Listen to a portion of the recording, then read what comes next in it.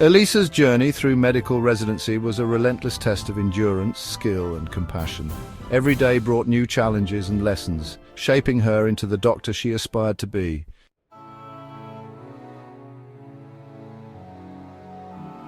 The insistent beep of the heart monitor sliced through the early morning silence like a sharp knife.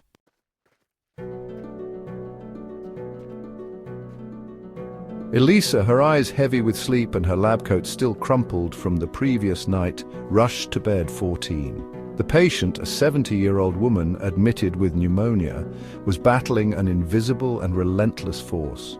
Her skin, once rosy, now displayed a grayish, damp hue. Her breathing, rapid and shallow, escaped her parted lips in a frantic rhythm. Sepsis. The diagnosis echoed in Elisa's mind like a sentence.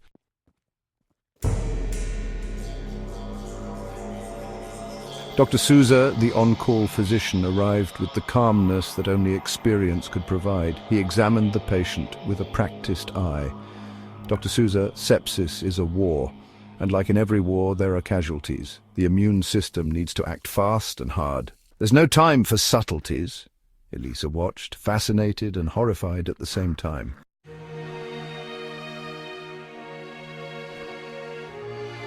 In her few months of medical residency, Elisa had already witnessed the fury of sepsis. A seemingly simple infection, like pneumonia, could trigger a cascade of events that rapidly devastated the organism. The immune system, the fortress designed to protect the body, was transformed into an undisciplined army, attacking not only the invader but also healthy tissues.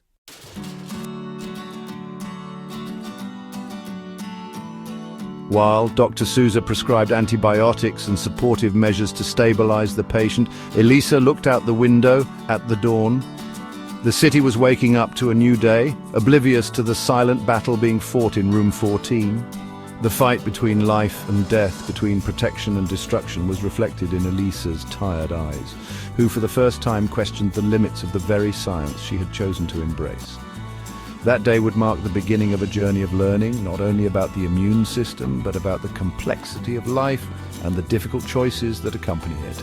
The seed of doubt, planted that early morning, began to take root.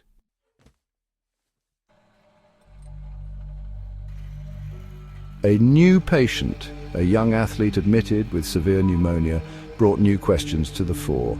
He vehemently refused to receive a blood transfusion, citing religious reasons. His health deteriorated by the hour, and the medical team found themselves facing an ethical dilemma. Dr. Souza's conviction seemed unwavering, but Elisa couldn't ignore the patient's right to decide about his own body. The patient's fever seemed to echo the fever of doubt that consumed Elisa. Where was the boundary between medical intervention and imposition, between science and compassion?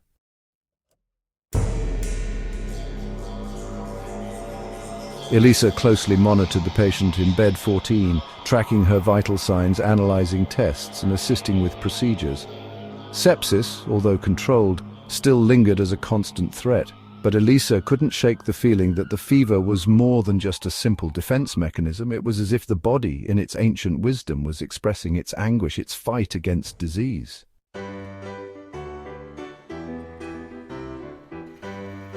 At the end of her shift, exhausted and confused, Elisa walked through the dark streets of the city. The young athlete's fever, the elderly patient's fever, the fever of doubt. Everything seemed to mix in a whirlwind of thoughts and emotions. The fight for life, inside and outside hospitals, continued. And Elisa, at the beginning of her journey, realized that medicine was much more than science. It was a complex and challenging art that required not only knowledge, but also compassion, ethics, and the courage to question one's own limits.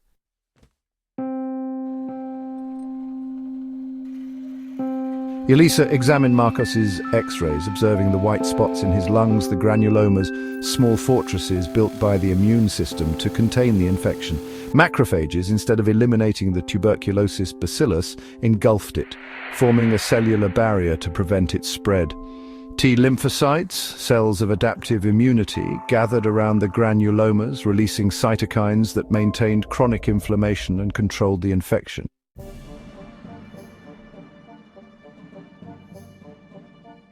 Sophia's anguish resonated with Elisa's own questions. Immunological memory, the body's ability to adapt and defend itself, came at a price. Inflammation, fever, pain were the marks of battles fought. In life, difficult decisions, morally ambiguous choices also left their scars. The question was, to what extent were these scars acceptable? To what extent was the price of protection, justice, survival fair?